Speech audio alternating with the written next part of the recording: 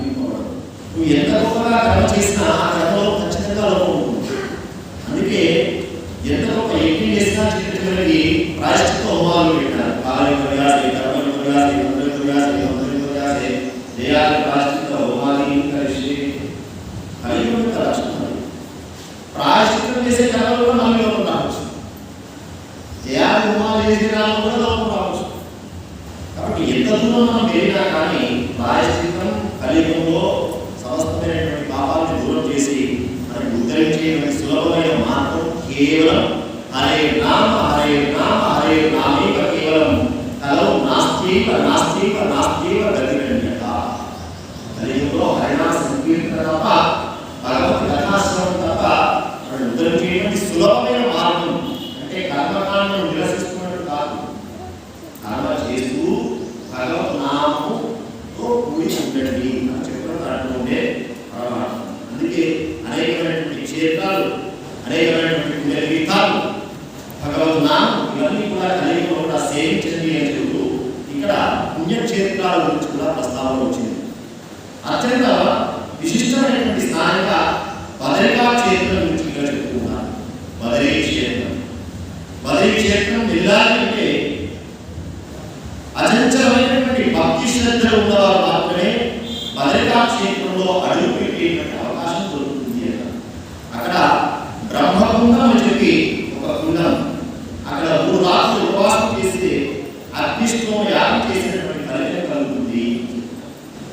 అంటే కలియుగంలో కూడా యజ్ఞయాగాలు ఏవైతే అగ్నిష్టం ఆత్మగా వారితే సంకల్పం ఇత్యాది యజ్ఞయాగాలు చేసే ఫలితం సులభంగా కొన్ని స్నానాలు, కొన్ని వ్రతాలు చేస్తే కలుగుతుంది అని చెప్తున్నారు.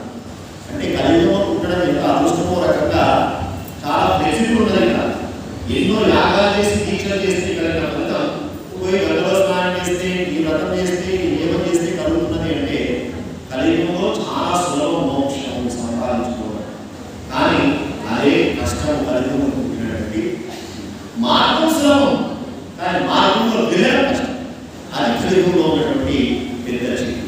అలాగే అగ్ని సత్యపథం అని చెప్పి బదరికా క్షేత్రంలో ఒక దివ్యమైనటువంటి స్థానం ఉన్నది. అక్కడ 3 ధారలు పడుతూ ఉంటాయి ఏకధారగా. ఆ దివ్యమైనటువంటి జలధార దగ్గర 3 రోజులు చక్కగా స్నానం చేస్తే వారు చివరి దశలో విష్ణులోకాన్ని చేరుతారు అని చెప్తున్నారు. అలాగే పంచశిఖ అనేటువంటి ఇంకొక దివ్య తీర్థం ఉన్నది ఆ బదరికా క్షేత్రంలో. అక్కడ ఆ కొండ నుంచి 5 జలధారలు ఏకధారగా పడేటువంటి దివ్యమైనటువంటి స్థలం. అక్కడ కనుక స్నానం చేస్తే రోజుల పాటు అశ్వమేధ మహాయాగం చేసినటువంటి ఫలితం కలుగుతుంది అని చెప్తున్నారు. అలాగే చతుశ్లోక అనేటువంటి దివ్యమైనటువంటి స్థలం ఉన్నది. అక్కడ 4 ధారలు ఒకే ధారగా పడేటువంటి క్షేత్రం అది, స్థానం అది. అక్కడ ఒక పూట స్నానం చేసినా కానీ చివరి దశలో స్వర్గలోక నివాసం జరుగుతుంది. అలాగే సోమాభిషేకం అనేటువంటి దివ్య తీర్థం ఉన్నది.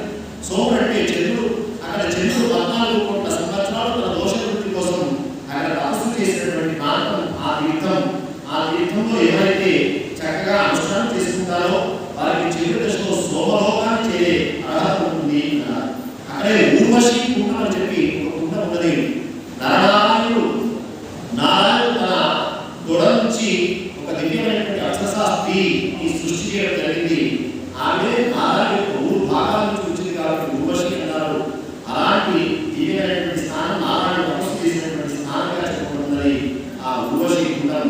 అది కూడా చాలా విశేషమైనటువంటి స్థానంగా బదరికా క్షేత్రం చాలా గొప్పమైనటువంటి క్షేత్రంగా చెప్పడం జరుగుతుంది.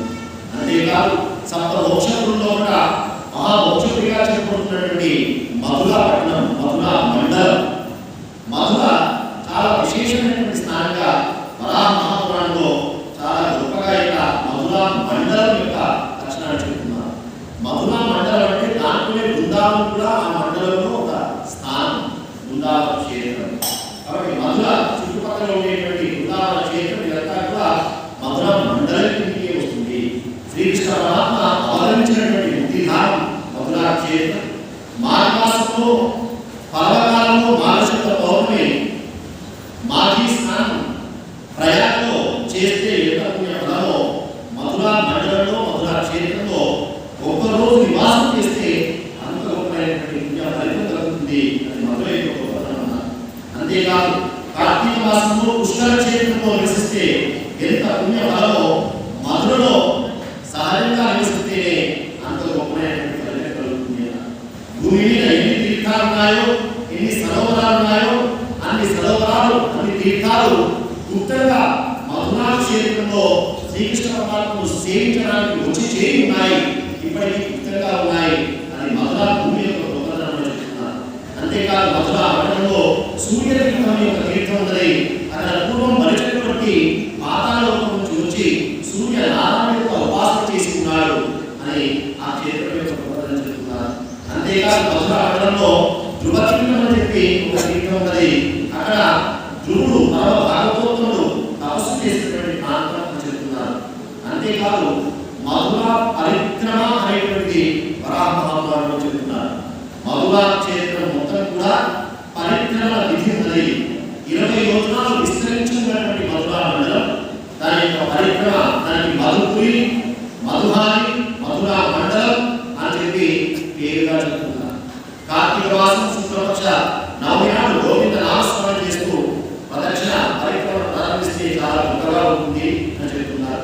అష్టమి నాడే దానికి చక్కగా సంకల్పం తీసుకుని బ్రహ్మచర్యాన్ని పాటిస్తూ మౌనంగా నగర ప్రదక్షిణ, ఆ మధురా మండల ప్రదక్షిణ చేస్తే చాలా గొప్పమైనటువంటి పుణ్యం అని చెప్తున్నారు. మధురలో దక్షిణ కోటి అని చెప్పి ఆ తీర్థం దగ్గర ప్రారంభించి అక్కడి నుంచి సూర్య తీర్థం అని చెప్పి ఆ తీర్థం వరకు చేసేటువంటి పరిక్రమ, దానికి మధురా పరిక్రమ అని చెప్పి చెప్పడం జరుగుతుంది. ఇక్కడ దక్షిణ కోటి తీర్థం దగ్గర గణపతి హనుమంతుడి యొక్క స్థానాలు ఉన్నాయి. ఆ గణపతి యొక్క ప్రార్థనతోటి ఆ మధురా పరిక్రమ మోహ దీక్షలు ప్రారంభించి, అలాగే సూర్య తీర్థం దగ్గర మంగళాదేవి యొక్క మందిరం ఉన్నది, అక్కడ సుసంపన్నం చేసుకోవడం మధురా క్షేత్రం యొక్క పరిక్రమ యొక్క పుణ్యఫలితం కలుగుతుంది అన్నారు. అంతేకాదు మధురా క్షేత్రంలో ఉన్నటువంటి గోలోకం నుండి వచ్చినటువంటి రాధమ్మ కోసం తీసుకువచ్చినటువంటి ఇష్టపరమాత్మ చేస్తున్నారు.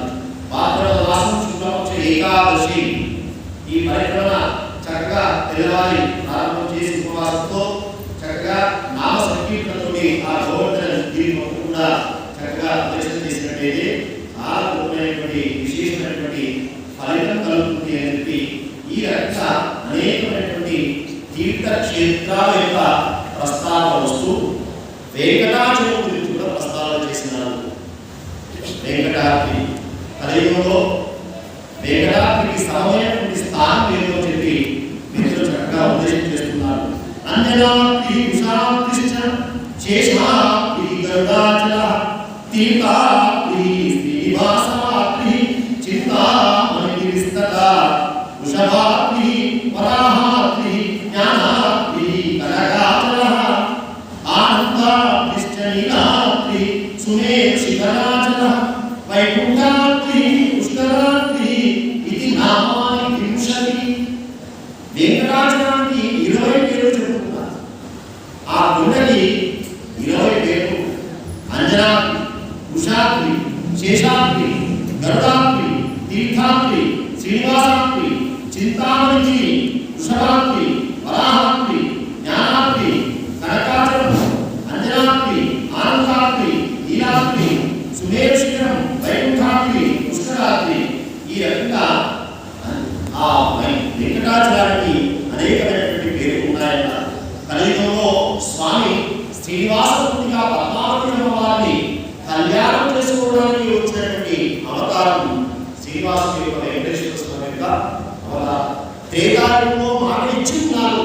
వేదవతి అయినటువంటి అమ్మాయికి రావణాసుడి యొక్క సంహారం కోసం ప్రతినమైనటువంటి వేదవతి అగ్నిదేవుడి దగ్గర ఉంటే రావణాసుడు ఎదుర్కోవడానికి వచ్చినటువంటి సందర్భంలో అసలు సీత అగ్నిదేవుడి దగ్గర ఉంది. వేదవతి రావణాసుడి యొక్క పతనం కోసం ప్రతిజ్ఞ చేసినటువంటి వేదవతి 1 సంవత్సర కాలం పాటుగా అశోకవనానికి వచ్చి చేరింది. చివరి దశలో రామ సంహారం తర్వాత అగ్ని సీతమ్మను అగ్నిప్రవేశం చేయమన్నారు అని రామాయణంలో చెప్పినట్టుగా వాస్తవంగా సీతమ్మని రామచంద్రమూర్తిగా అగ్నిప్రవేశం చేయమని చెప్పలేదు. లేక అమ్మాయి తన బాధ్యతగా నిరూపించుకుందామని అగ్నిప్రవేశం చేసింది. ఆ చేసిన సందర్భంలో రామాయణంలో చెప్పడం లేదు, కానీ ఇక్కడ గీతా పురాణంలో చెప్తున్నారు. ఇద్దరి పట్టుకుని వచ్చినాడు అగ్నిదేవుడు. ఎవరైతే ఇద్దరు పట్టుకొచ్చినారు. ఇదిగో ఈవిడ అసలు సీత, ఈవిడ